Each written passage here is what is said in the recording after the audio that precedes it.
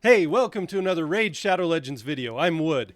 In this series, we're comparing two accounts that I started at the same time on the same day, and I'm playing the same way with one major difference. One account is free to play, the other has a monthly spending budget of $50. It's day 90. Let's check our progress.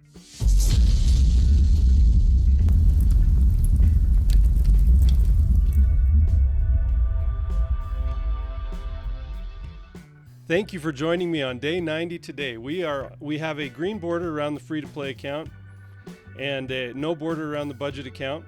We are collecting Dark Athel today.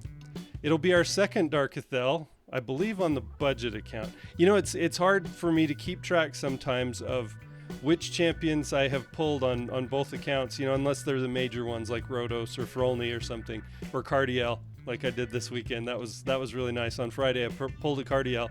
I apologize for my absence lately. For those of you who watch regularly, I have not been feeling well, and I'm feeling a little better today, so I decided to record a video. And because it's day 90 also, it's kind of a milestone, and it has got me thinking about a few things. I sort of wanted to put into context where the two accounts are today, because we're preparing for Clan versus Clan coming up in a few hours. There's not a lot to do right now because we would be skipping out on some points.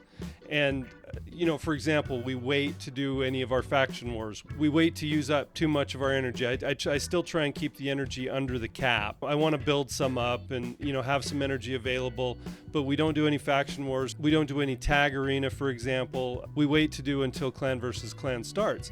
And so I just wanted to take some of that time today to sort of go over the differences between the two accounts. In the 90 days that I've had, and I won't be spending any more money on the budget account for a couple more days because I want to stay with the calendar months. I haven't spent the full $50 per month on the budget account. I spent $50 the first month. I've got the raid card. I'll go over to the budget here, pick up the Dark Athel. Yeah, so it is the free-to-play account that I have two Dark Athels on now.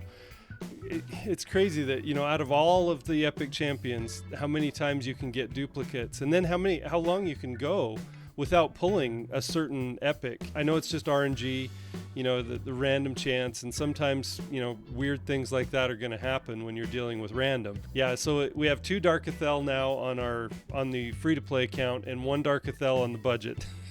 Dark Athel is not really worth talking too much about. So you can see we've got Fusion warm-up event going on. I have looked a little bit, I've read just a little bit about the new Fusion. The issue with the new Fusion is that any damage dealing Fusion, we really kind of have to wait until the guys on the test server are able to test him properly so that we know what kind of his multipliers are going to be if he hits hard enough.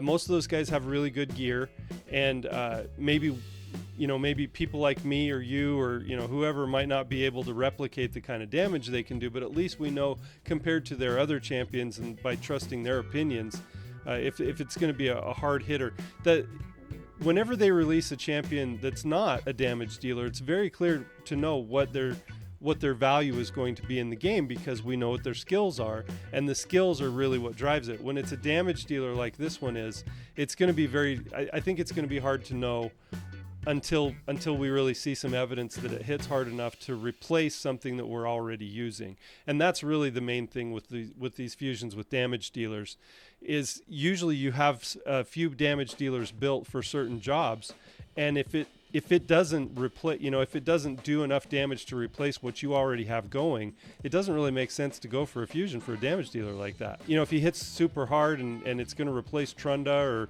or if it's going to replace Michinaki. I think Michinaki to me was the comp just because of the Hex, but he doesn't have some of the other utility that Michinaki has.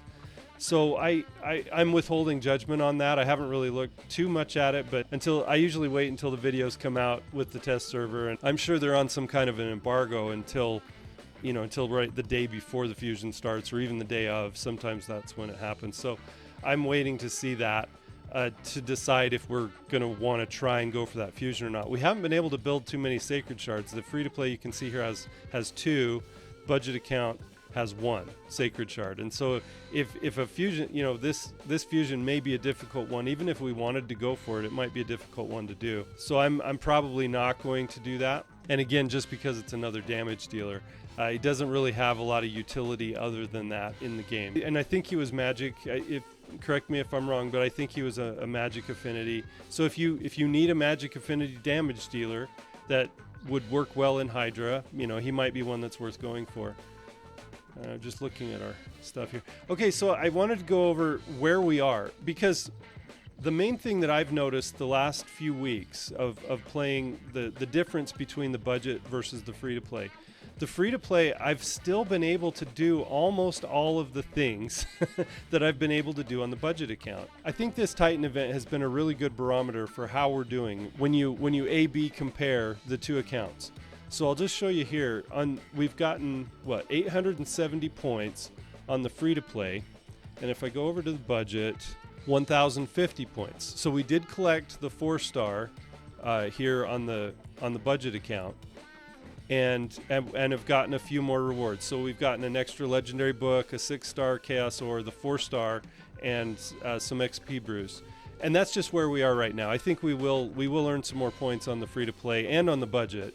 But you can see the difference.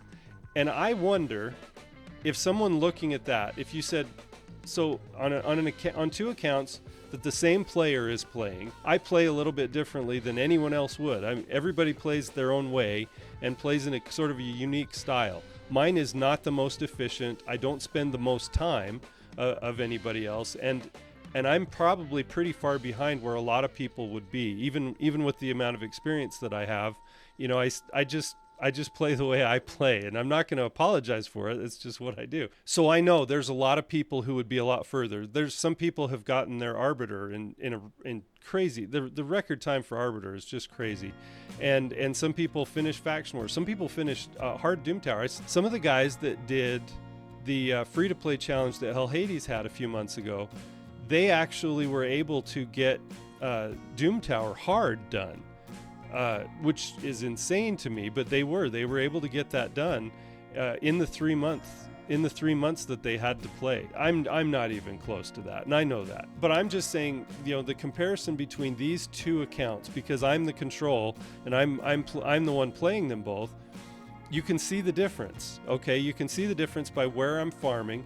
You can see the difference by clan boss. And the difference here has mostly just been because of the champions that we have pulled. So on Nightmare clan boss, so 3 keys on the budget account, I've got 41.55 million damage on Nightmare. On the free to play, I'll just go in and start my key, so then you'll see where I'm at. A lot of times the free to play account actually outscores the budget account on our clan boss keys. So it's kind of crazy, but yeah, I go back here and we can look, and so I've got a 3 key on today. I had a 3 key on the budget account. Sometimes I don't 3 key. Sometimes I have to put a 4th key in just to get that extra couple million to get over the threshold for the 39.17 that you have to have for the Nightmare to get the top chest on Nightmare. So it's kind of interesting to me that after this much time playing and the money that has been spent, we as far as what we can accomplish on both accounts is fairly similar. I know I've scored some more points and I've collected some more of the Serpent coins on the Titan event, and that's that is one indicator. Another example is we are farming Fire Knight right now. We're doing the Fire Knight tournament, and we're farming the same stage. I have all this turn meter control on the budget account for Fire Knight that I'm using. I've got a Fenshi, I've got an Allure, but we're still farming the same stage because it's more about who can survive the waves right now. Pretty soon, I think the free-to-play account is actually going to surpass the budget account just because we have a Seer. I'm going to be able to nuke down the waves and then put specialists in just for Fire Knight. That will probably help us to get it done a little bit faster. Another good example, Ice Golem. On the budget account, where I am in Ice Golem, I think I'm on 19. No, I think I've been farming stage 18. The 19, because it's Force Affinity, wasn't quite as reliable. I've been farming stage 18 on Ice Golem on the budget account. On the free-to-play, I've been farming on 20. And that's just because I have Rotos and I had built an Armiger. They both are very good at the block revive on the minions. And so I've been able to farm stage 20. And then my Taragi the Frog on the free to play also has a 5-star blessing that we pulled from I think that was from an Immortal Soulstone. It was a really good pull. So going back to how much has been spent, I spent the $50 the first month for the raid card, and that lasts another 3 months. We still have 3 more months to go. It's a slow drip over time, or what we think that might actually be worth. I have had quite a few comments saying that, you know, it's really not worth the $50 for the 6 months, but it's less than 10 per month. You do get 20% more experience from campaign battles and the 20% more silver from campaign. It's not nearly as good as the Forge Pass, but you have to remember that every month the Forge Pass is available, it's another $20. So if you calculated that over 6 months, that's $120 for 6 months, whereas the raid card is still only $50. Is the raid card worth a little less than half as much as the Forge Pass? No, I don't think it is. So I think the Forge Pass is still a better value, but you have to remember it's a lot more money. So I do believe that as far as this game goes, I do believe that the Daily Gem Pack and the Forge Pass are the best values for things in the game, but I still don't think it's worth it. I am not convinced that spending that amount of money, you know, what I consider to be a fairly significant amount of money for a mobile game, but because the last 2 months have only been $30 a month, you know, you might say, well, you've saved 20, you know, if you had spent that 20 each month, but I'm still not seeing too much of the value, you know, really. I'm not seeing a lot of the value. Yes, we are able to do a little more and it's a little easier. We've probably been able to upgrade some more artifacts. And then now that we're building some more legendary champions, we've got way too many legendaries to build and not enough books to build them with. We have Zavia, we have Ninja, and we have Cardiel, and we'd like to be able to book all of them. That's very tough. That takes a couple of months, you know, to book 3 legendary champions, even with an account where you're spending money, because we're not buying any books. So the idea with spending would be, well, you'd be able to advance further in Clan Boss or something like that. But right now I'm doing the best I can with Clan Boss with the protection that I have. I'm using all of the ally protection and healing that I can, along with the balance of trying to do enough damage. And with the champions I have access to right now, I don't have an unkillable strategy where I could just move on to Ultra Nightmare without the gear. You know, that's the thing, is you have to have really good gear.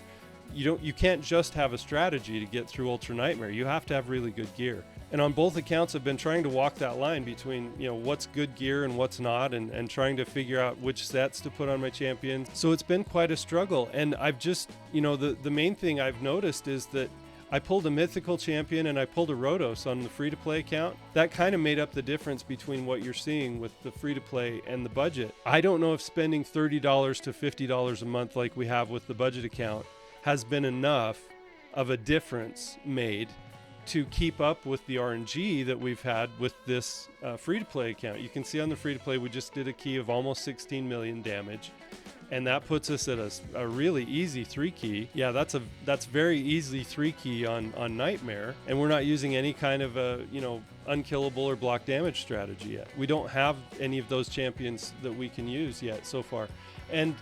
And you can see, look, a 3-key on the free-to-play was almost 45 million damage. 3-key on the budget was 41.5 million damage.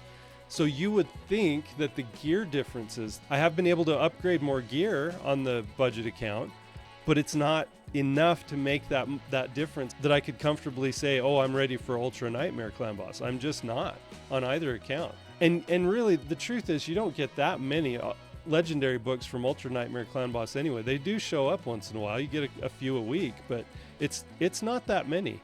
And you do get some more sacred shards. The chance of getting a sacred shard is much greater also on Ultra Nightmare, but it's not, you don't get that many of those either. And you know, you can see we've been at the same place. We had some more RNG. I think that someone playing free to play with a little bit of luck, spending $50 a month, it's to me so far, from what I'm seeing, it just doesn't make sense. And I do have quite a few more gems. That's, you know, and that's fair to say. I have been able to open up all the slots on the sparring pit. with the gems that I have, and I have a lot more gems. I haven't been able to do that. You can see I've only got 1,000, just over 1,000 gems on the free to play, and I don't have the sparring pit opened up yet. And I don't feel and I wouldn't feel comfortable doing that right now anyway, because I just don't have enough gems to do that. So I have been using gems to try and keep up with the budget account. The budget account is in a better position to keep growing, and that's why I think the gap is going to keep increasing, the gap between the budget and the free to play. But the capability of what we're able to accomplish in dungeons, what we're able to accomplish in certain stages in Cintranos, in Doom Tower, that gap has been made up on the free to play just by having better champions. You know, just by having champions that can do certain things that I can't do with the champions that I've pulled on the budget account.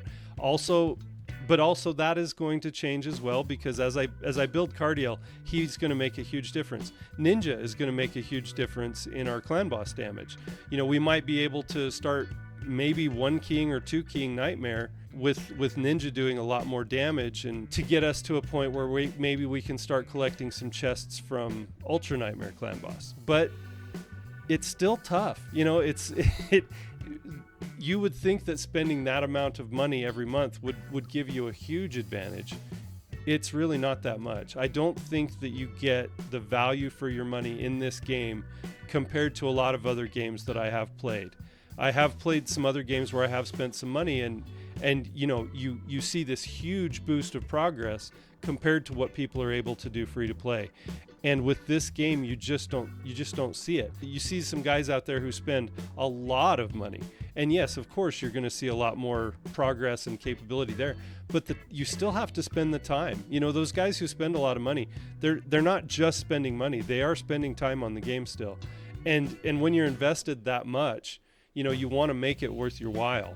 It's kind of like buying a boat. If you buy a boat and it sits in your driveway all summer long, you never take it out on the lake, you feel like you've wasted your money. And so you spend that time once you spent the money. And a lot of those guys really do. And most of those guys really can play too. I don't have anything against the guys who have spent a lot of money in the game.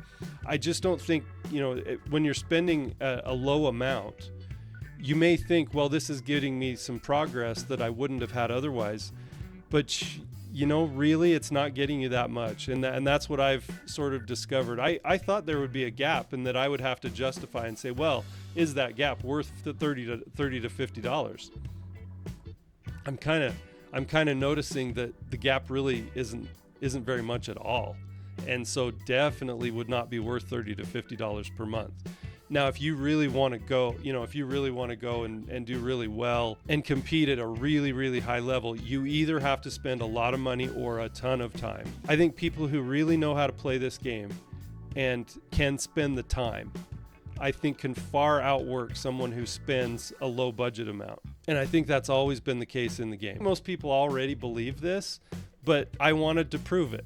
And so over these 90 days, over these 3 months, I think that we've shown that you can spend a low amount and really not have it matter that much compared to the time that you spend and the RNG that you have pulling champions. The champions you pull really make a difference. And if you pull a mythical early, if you pull a Rhodos, for example, or a Cardiel, you know, something like that. But I think every account is going to have some luck, some more than others, obviously. But you're going to pull something good, and then it's how you use it and how you implement it and how you make it work. So you can't see this, but I just wanted to go over a little bit kind of where we are in stars on Faction Wars, because I think that's a pretty good indicator also of an account progress. 294 stars on the budget account, which, like I said, you can't see, out of 945. And the early stars are easier to get than the later stars. So it doesn't mean that we're a third of the way done by any means. But the free-to-play, we are at 313 stars. I mean, that's... you know, we are ahead of the budget account on the free-to-play in a lot of areas. And a lot of significant areas, things that are really important. Like I said, Clan Boss, you know, there's probably no more important place to be ahead in the game, but we're still getting the same chests. So yes, we are ahead, we're a little bit better, but we're still getting the same number of chests. Yeah, see, so as I go through these daily quests and everything, there's some of these I want to wait to do until clan versus clan starts. So I'm just not doing some of these things. There's certain things that you can do on these quests, on these daily quests, that won't take away anything from your points on clan versus clan. But yeah, I just like to wait.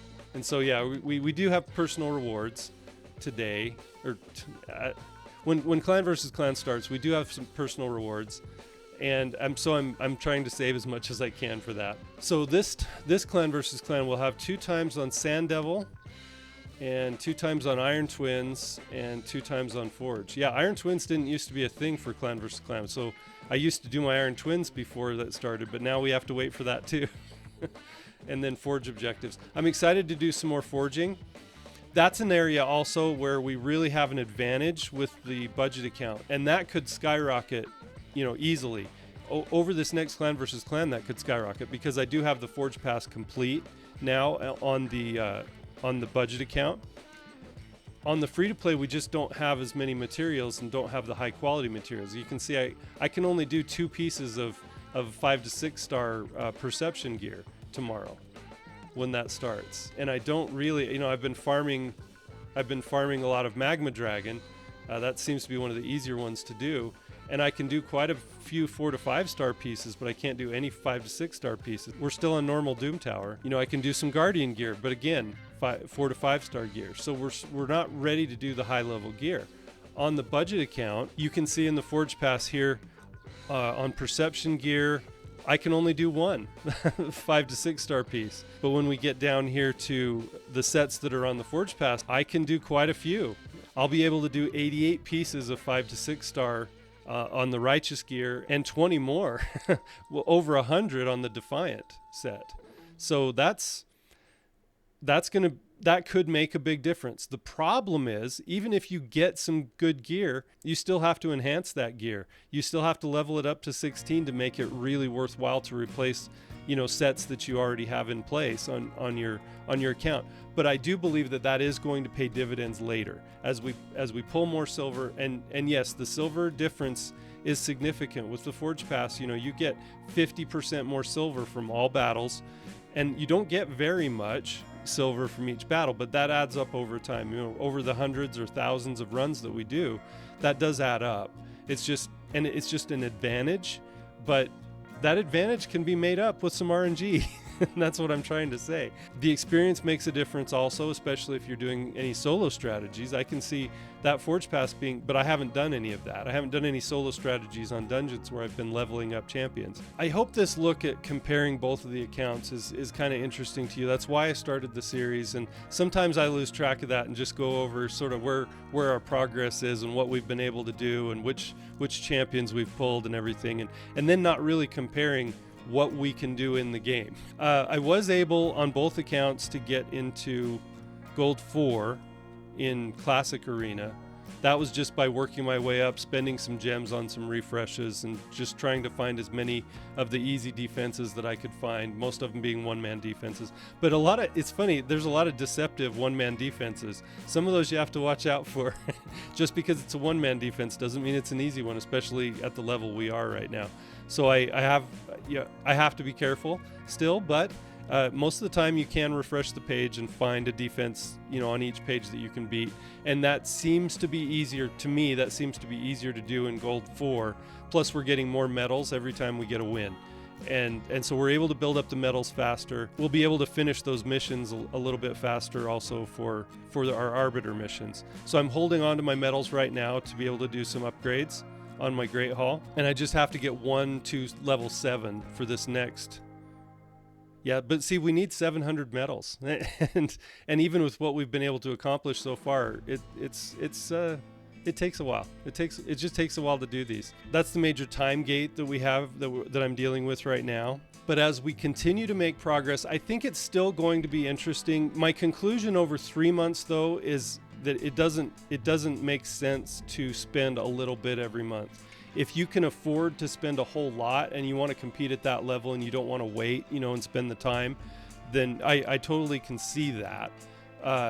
But I don't think that the spending gets players what they think it's giving them sometimes.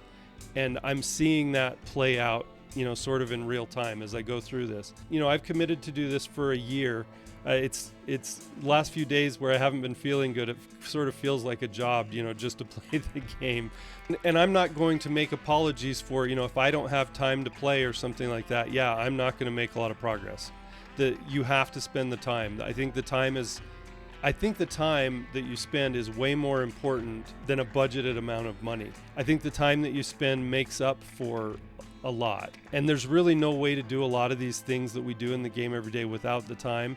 The time is becoming a factor, in a lot of ways. And then just to mention, just because I haven't really said anything about Siege yet, this has been kind of terrible. I was hoping this would be kind of fun, but it's been kind of terrible. On my main account, I don't know, I'll just go in here and show you. We're a pretty respectable clan. I mean, it's not, we're not one of the top clans, but yeah, we're in the Shadow Side clan on my main account. We're ranked 75, and that's, to me, that's pretty respectable. I'm not playing at a level where I belong in one of those top 10 clans at all. But yeah, being a top 75 clan, we're pretty respectable, but you're matched up with a clan that's, performing similarly to you.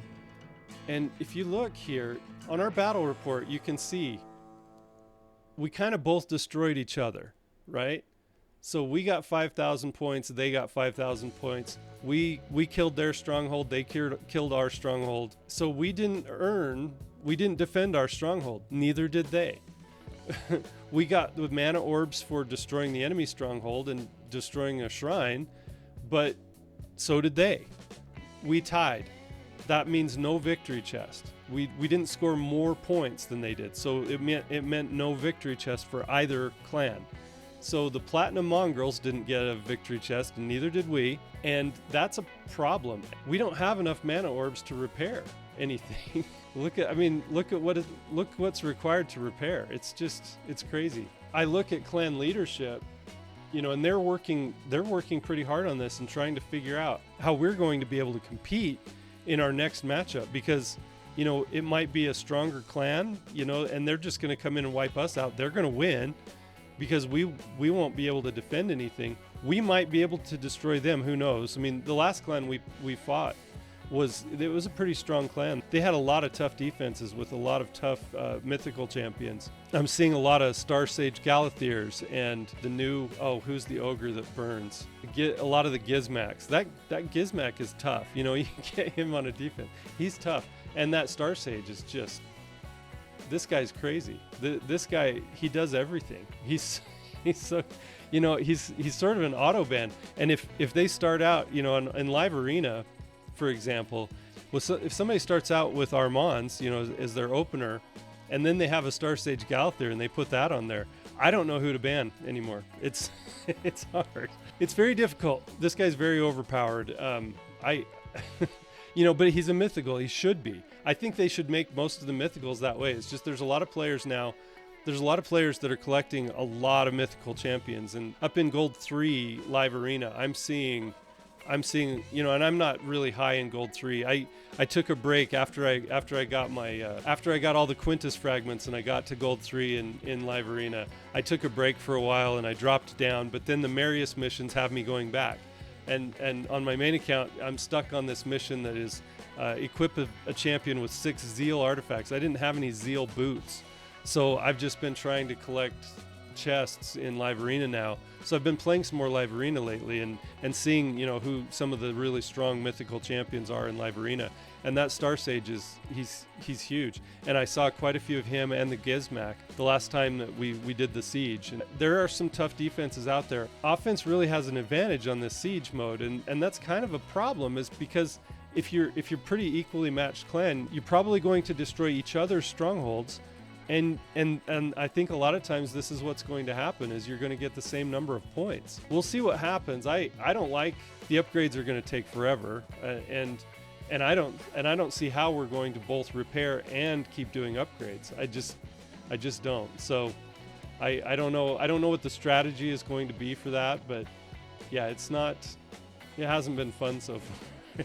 It has not been fun so far. Anyway, just in my opinion, it hasn't been fun.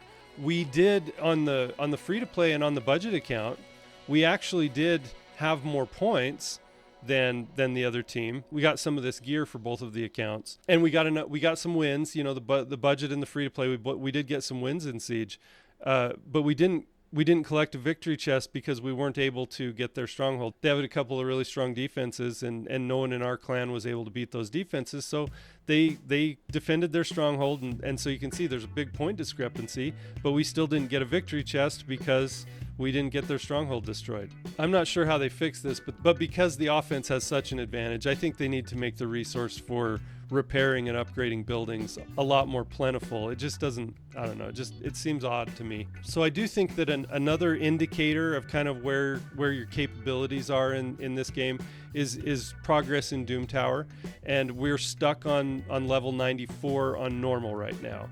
On the free to play, we have gotten up to, we're a little bit stuck on 110, just because I don't have my Mausoleum Mage built up to the point where he can survive the initial onslaught of the spider yet. I think if we can get a cleanse with Mausoleum Mage, we might be able to do this one. And on the budget account, building a Cardiel is really going to help all of the floors, and on things like the Nether Spider, where you get those unresistible poisons, but the Cardiel is great for that fight. He cleanses them off, but we need to get his cooldowns. We need to get the books, you know. So yeah, just getting the champions is good, but then you have to book them, and then you have to gear them, and it's a struggle. So I just remembered I've got some Hydra keys to do on my main account.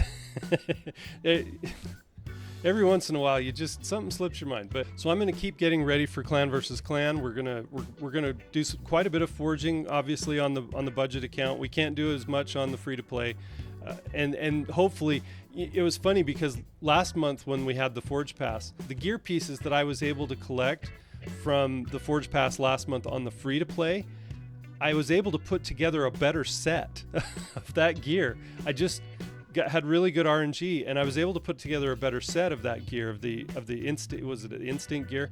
I was able to put together a better set of that gear than I was able to with all the forging I was able to do on the budget account. I was still able to put a better set together on the free to play, even though we only had 15 pieces that we could forge.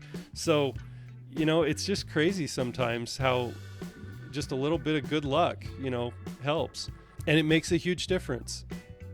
So I'm looking forward to clan versus clan, just so I can do some of that forging. I would advise against going for any of the summoning events over the next 2 days, unless you're really close to Mercy and it's a champion you really, really want.